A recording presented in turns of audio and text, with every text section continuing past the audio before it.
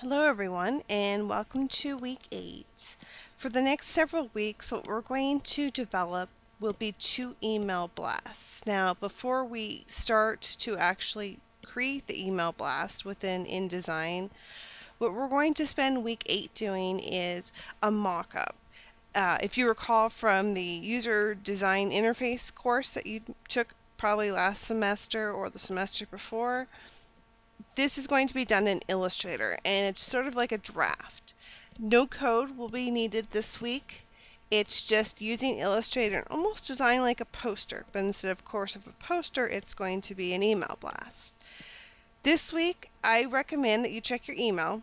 I sent a document that contains several different email blasts, and I'm trying to find it real fast with my larger screen. And if you didn't get that email, let me know. There are several different emails within each one of these zip folders. You'll see there's a 1 column, a 2 column, a 3 column. So if I look at the single column, I can open one, and I think I'm going to need to, I'm going to be good. So this is like a single column, pretty, plain. In this week's discussion, you're also looking at email blasts. You're signing up for some so you can get more exposure to what different types of email blasts look like. Here's the 3 columns, so it's got a little bit more content.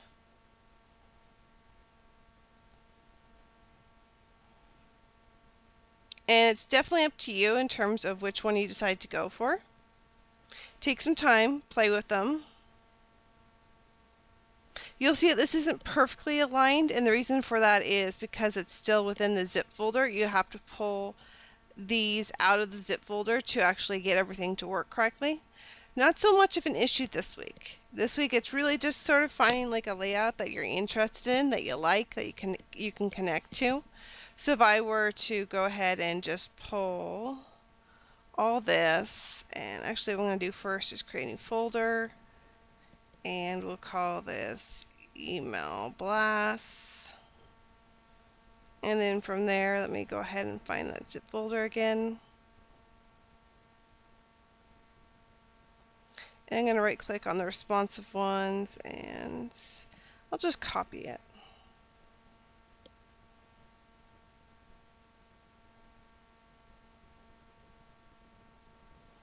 And then what I'll do is I'll copy all this and just paste it to the top level. Yes, yes.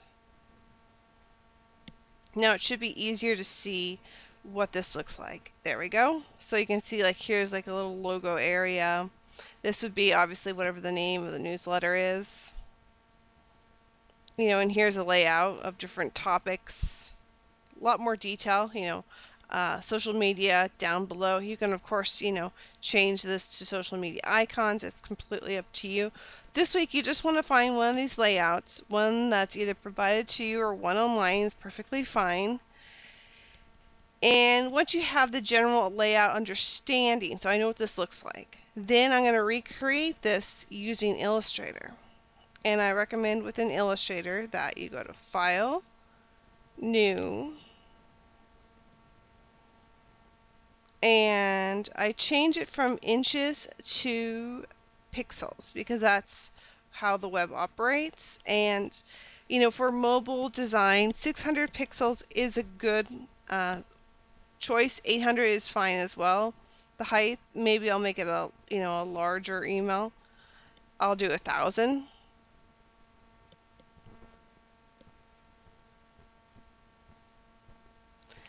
And the topic you choose this week is completely up to you. You'll of course want to turn in the AI file and a JPEG. You'll see that for step 11 it says a PDF. I'm currently getting that fixed through the IT department. So the AI and the JPEG are the correct files that you should be submitting this week. And you'll see within the instructions, there are several to-dos. You got to figure out your typeface. You can use Lorem text for this week. Try to use real text though, because you really do want to try to figure out your copy because you're going to implement that next week. So do use copy, sorry about that. The header, you got to use at least 2 secondary images. So definitely consider, a template that's going to allow you to have at least 2 images where you're going to lay them out. A header, logo. There needs to be a coupon somewhere within the advertisements. An unsubscribe link at the bottom. So, I can reference within the page that's open, for example, something like this. I can see that if I were to start working on recreating this in Illustrator, up here would be some sort of box. And you can do this in full color. I recommend you pick your colors that you'd like to use. Color Lovers, Adobe Colors are really great websites for helping you, find color palettes. So I can do something like this. And let me go back. So you can see that there's a little section right there that I can recreate for my logo. Any title that I want in that area I could add. So if I'm going to put a logo here, I could put it up here. Make a little box and then plop in my logo or whatever I wanted right there. Some text, so maybe I was going to do like a humane, a pet store. Be careful because in week 9, I want to say, we're doing a Humane Society email blast. So try not to get too heavy into the pets this week because you're going to do it in a couple more weeks from now. So maybe it'll be,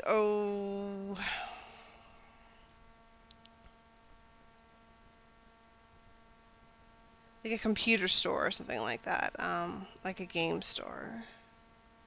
So this could be like the title if I wanted to of the newsletter, or maybe there's not even text right here, but usually like the volume, the date. So maybe this is going to be like the September newsletter. And of course I can make this text larger. And the text is completely up to you. I could put something there.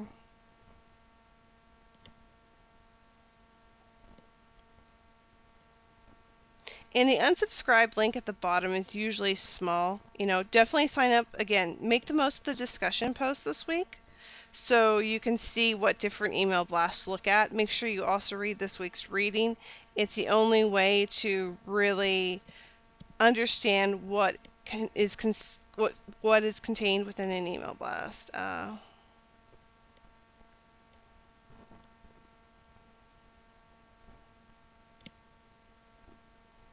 So this will be at the very, very bottom. And of course, within the footer, there's a bunch of information such as contact, like a phone number, email address.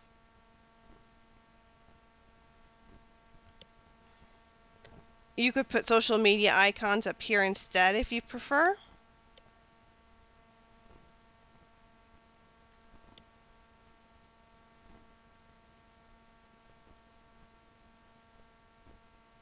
And of course, you would fill this with real text. And then, I could have like my big image right here, which would actually contain, whatever I was selling or whatever this key graphic is going to consist of. And I'll just make it like a lighter blue so you can see the difference.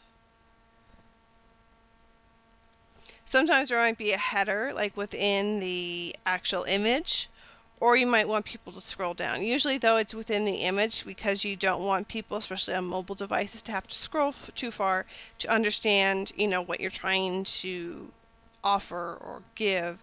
The coupon could be down here. And again, look at the templates. For example, looking here, I can see here's the big image. So maybe one of these could be the coupon, or the coupon could be right here, because you can delete the rest of this stuff if you wanted to.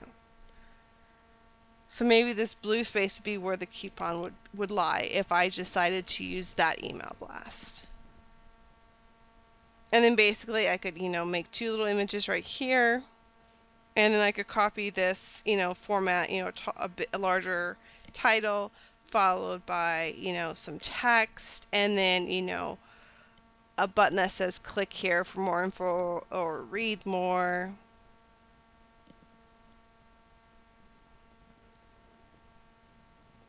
And you'll see include 2 links to different websites that relate and or support the content of your email blast. And these are live sites. So whatever your idea is, you want to send people. So for example, if I were to use this template, clicking here would send them to, let's say, BlizzCon, since it's coming up. Of course, tickets have been sold out forever, but that's where you could send one, and then maybe another's to like a certain form. That'd be perfectly fine.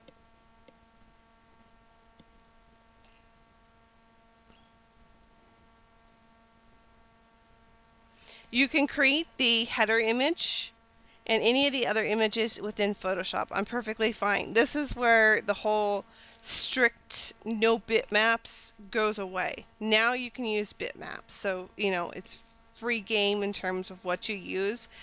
If you use images that you find online, please do in a Word document cite where they came from. It's always really important to make sure that we just, don't take images that can hurt us down the road in our career. And that's pretty much about it for this assignment. Again, there's no code that's going to be necessary, and if you're, thinking, oh my gosh, but next week there's going to be a lot of code, that's why I provide you with several templates to pick from. Everything's already there. All you need to, the CSS is done, the HTML is done. All you need to do is be able to take those images you create this week and the text you create this week and link it within Dreamweaver to within the template, because we're just basically going to fill it in. And if you choose to change the colors of the template, you can using CSS, and hopefully you'll have a basic background within HTML and CSS, and if you don't, I can help you, give you resources, because we're going to be doing this for the next couple of weeks. Let me know again if you happen to have any questions. Hopefully you enjoy this week. Again, make the most of the discussion post. Find some email blasts. See what you like, what you don't. Check out, that email I sent Monday afternoon containing several email templates. They should really, really help you determine, a layout and a design for this week. And again, this week we're only working on a draft. It's a wireframe, almost like a high def graphic of what the email blast will look like. And then next week we'll insert everything within Illustrator into Dreamweaver. Take care, and let me know if you happen to have any questions. Bye.